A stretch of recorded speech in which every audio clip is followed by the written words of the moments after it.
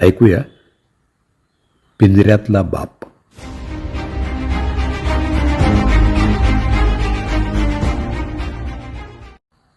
प्रत्येक बापाची थोड्याफार फरकानं घरात साधारण हीच परिस्थिती असते. वाढलेलं वय, मानसिक ताण सहन होत नसतानाही त्या आरोपांसाठी सामोरं जावं. तुम्ही आमच्यासाठी काय करून ठेवलं, हा एक सर्वसाधारण आरोप असतो आणि तो सगळ्याच बापांच्या विरुद्ध केला जातो.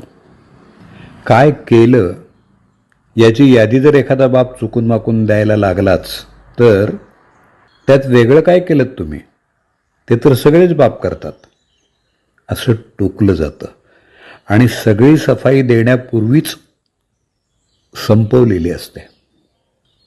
तुम्ही आम्हाला प्रोत्साहनच दिलं नाही, असा आणखी एक आरोप असतो. प्रोत्साहन द्यायचं म्हणजे काय करायचं? मुलांना जसा परफॉर्मन्स दाखवला असेल त्यानुसार त्यांना आपलं करिअर निवडलेलं असतं. अगदी इंजिनियर जरी झाला तरी मुलगा असा आरोप करतोच. त्यावेळी विचारच करत नाही की बापाने इंजिनिअरिंगची फी भरताना किती ओढाताण करून घेतली होती. तुम्हाला दूरदृष्टीच नाही. ज्यावेळी घरं स्वस्त होती तेव्हा 4 खोल्या आणि कार पार्किंग असलेला ब्लॉक घ्यायला काय हरकत होती? अशा प्रकारचा आणखी एक आरोप असतो. 3 खोल्या घेताना अधिकचे पैसे भरण्यासाठी बापानं काढलेलं कर्ज फेडण्यासाठी आणखी एक पार्ट टाईम नोकरी केलेली असते, हे मुलगाही विसरतो आणि त्याची आई पण. माझा एक मित्र आहे, वकिली करतो. वकिली ठीक सुरू आहे. त्यानं लग्न केलं त्यावेळी त्याची बायको बीकॉमच्या शेवटच्या वर्षाला नापास झाली होती. आपल्याला कुठं बायकोला नोकरीला लावायचंय असं म्हणत त्यानं ती पसंत केली. दिसायला 4 चौघींसारखीच होती.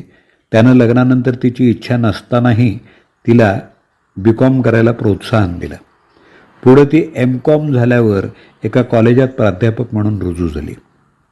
तुम्हाला माहीतच आहे प्राध्यापकांना पगार किती येतो. तिला भरपूर पगार मिळायला लागला.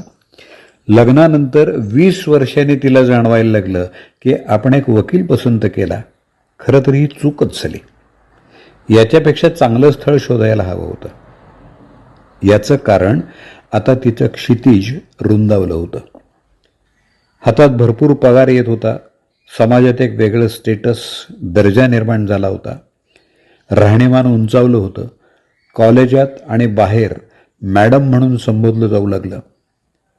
आता ती हा विचार मात्र करत नाही की तिला शिकायला नवऱ्यानंच प्रवृत्त केलं, मदत केली, नोकरी मिळवण्यासाठी ओळखीचा वापर केला. आज तिलाच आपला नवरा आपल्याला मॅच होत नाही, शोभत नाही असं वाटायला लागलं. अजूनही दोघं एकत्रच आहेत आणि संसारही सुरू आहे, पण तिनं कुठंतरी कोणाकडे तरी चुकून बोललेलं याच्या कानावर आल्यामुळं हा मात्र आतल्या आत खचून गेलाय. मुलगा ज्यावेळी बापावर आरोपपत्र ठेवतो त्यावेळी अनेक वेळा मुलाची आई आणि बापाची सहचारिणी बापाच्या विरोधात साक्षीदार बनलेली पाहायला मिळते. तो काय चुकीचं बोलतोय हे एक वाक्य बापाच्या आयुष्यावर नापास किंवा पराभूत असा शिक्का मारायला पुरेसं असतं.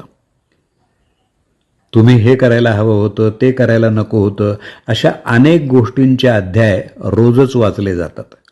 विशेषतः बाप निवृत्त झाल्यावर आणि मुलगा कमवायला लागल्यावर अशा आरोपांची संख्या आणि फ्रिक्वेन्सी वाढतीच असते. अनेकांना समजत नाही की आपण सेवेत असताना एक हुशार, गुणवंत कर्मचारी, प्रामाणिक, कष्टाळू माणूस अशा उपाध्या मिळवलेले, निवृत्तीनंतर खरंच आपण इतके मूर्ख कसे बनलो?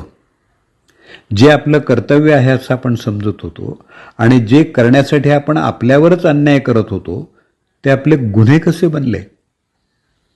याचं सगळ्यात महत्त्वाचं आणि एकमेव कारण म्हणजे आता बापावरचं अवलंबित्व संपलेलं असतं, मुलांचं आणि बायकोचंही. आता तिला तिचा मुलगा आधार द्यायला सिद्ध झालेला असतो.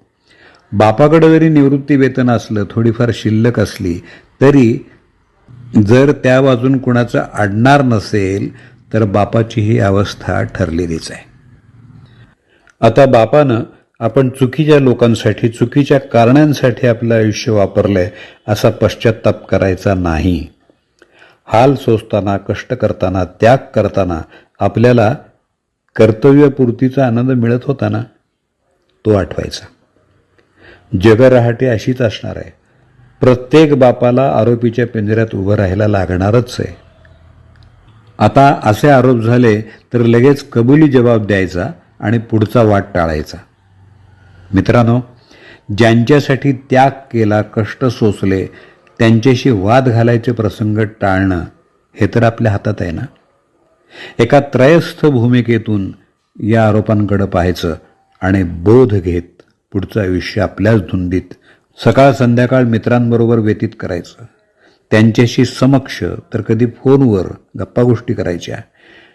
छोट्या मोठ्या सहलीचा आनंद लुटायचा प्रयत्न केला पाहिजे.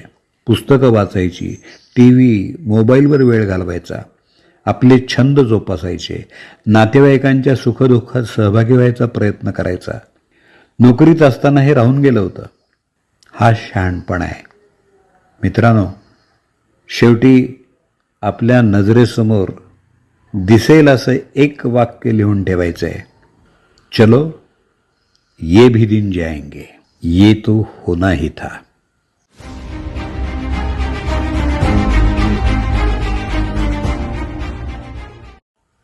माझ्या सर्व मित्रांनो, आपल्याला हे पिंजऱ्यातलं जीवन तितकंच आनंदात जगायचं आहे.